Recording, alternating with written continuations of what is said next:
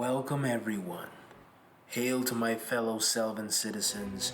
I am I.D.G. Curry, and I would like to present to you the official Shogun of the Heavens YouTube channel, where we will be walking the path in each chapter of Book 1, Fall of Immortals. Narrating this thrilling, action-packed, and dramatic fantasy will be yours truly, I.D.G. Curry, aka, for these sample readings, the Prophet of Pagulane. Now, without further ado, enter with me as we plummet to Gaia and into Book 1, Fall of Immortals. Prophet, proceed.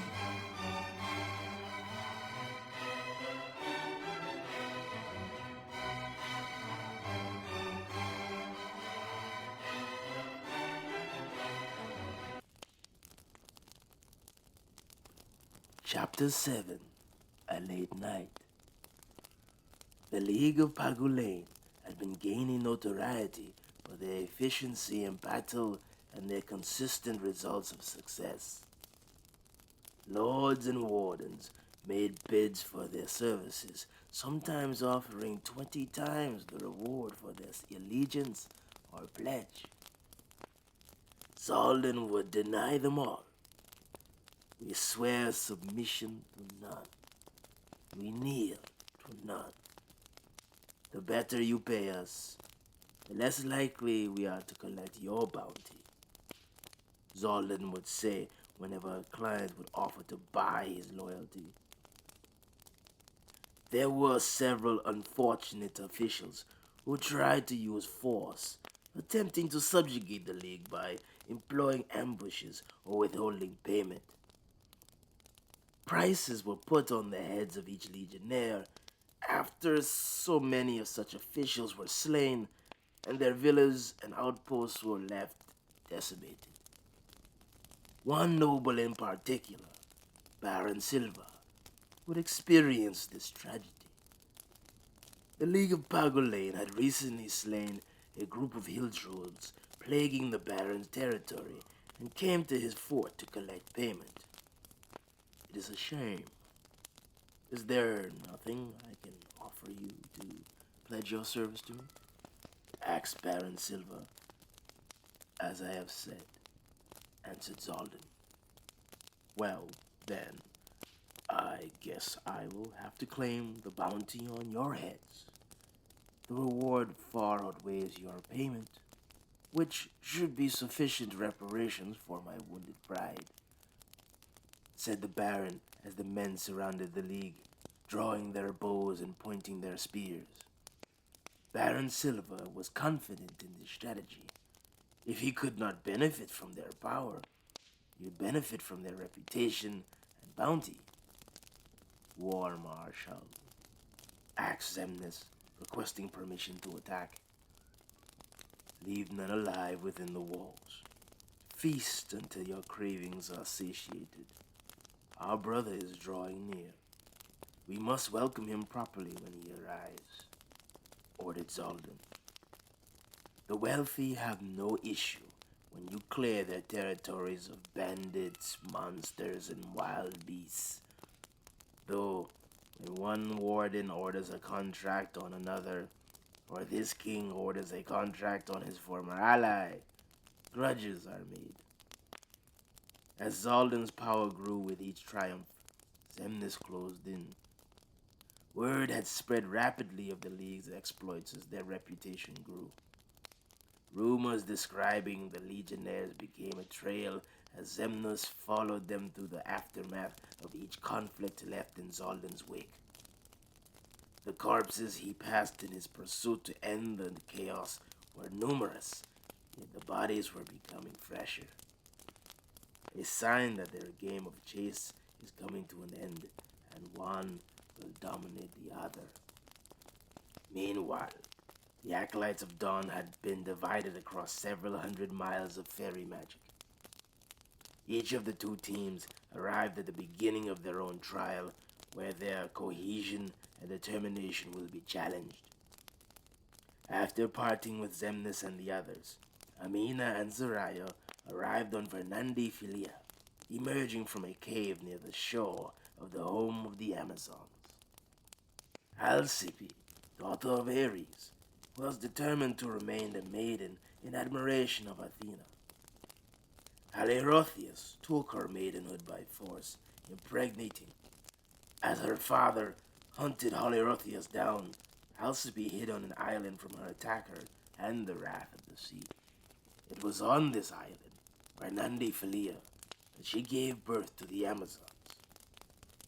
Delphi, as the eldest sister, became their queen, and the Amazons lived under divine protection from Olympus, blessed with immortality. Men were forbidden to set foot on the island, and any who tried were never given a second opportunity. "This place is beautiful," said Zoraya. "It truly is so serene," added Amina. The sea surrounding the island was crystal clear. Hawks could see fish swimming in the reefs from above and horses striding the fields. "We will have to sightsee later. Unless we want to be labeled trespassers, we had better seek out Queen Delphi," the priestess suggested. In the center of the island was a city built as strong as the walls of Troy. Divine guidance over the centuries has aided the Amazons in constructing their own civilization. They built sectors for training where the Amazons would hone their skills, a library for study, villas, aqueducts, and a palace where they also gathered for ceremonies and to praise their goddesses. Amina and Zoraya walked up to the gates of the city. Arrows knocked in their bows along the walls above the gate. Fully armed and armored Amazons halted them in their path. "Stop! Who would presume to enter our sacred city?" said the Amazon on the top of the gate. Marked by her Greco-Roman helm, the centurion jumped down from on top of the gate. Pointing her long spear at the two acolytes, she said, "Identify yourselves, or feed the soil." Amina and Zoraya raised their hands to display no hostile intent. "I am Amina, and this is my comrade Zoraya," replied Amina, speaking to all the sentinels guarding the entrance. "We have come to be tested by your Queen Delphi, and prove ourselves worthy to be Amazons." The centurion took a moment and gave them a visual measuring, then signaled the wall to stand down as she retracted her spear. "You obviously are ignorant of what you're asking. While you are still free, flee back to where you came from," she sternly advised. "Nothing you say will change our minds, and if you doubt us, feel free to test us yourselves." The centurion was impressed by their boldness, rubbing her chin as her interest was piqued.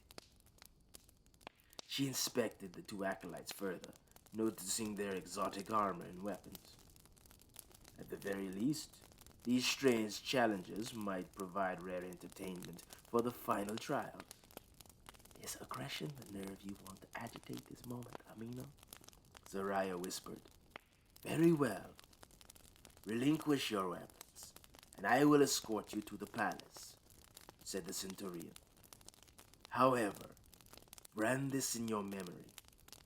Should you show signs of treachery, deceit, or betrayal, we will flay you and line our pelts with your skins."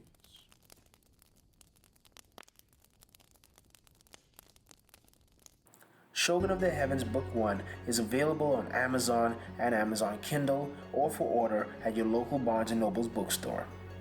The Amazon link to purchase the book is in the description of the video.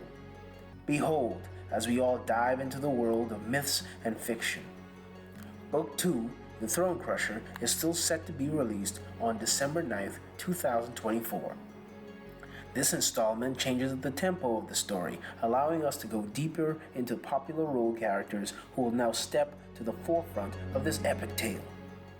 On this channel, we will be providing you a series of samples read from the Shogun of the Heavens book series and complemented by visuals from the story as envisioned by the author. Please like and share the video, subscribe to our channel, and comment below. Then, while you're at it, follow us on Facebook and Instagram, where you can compare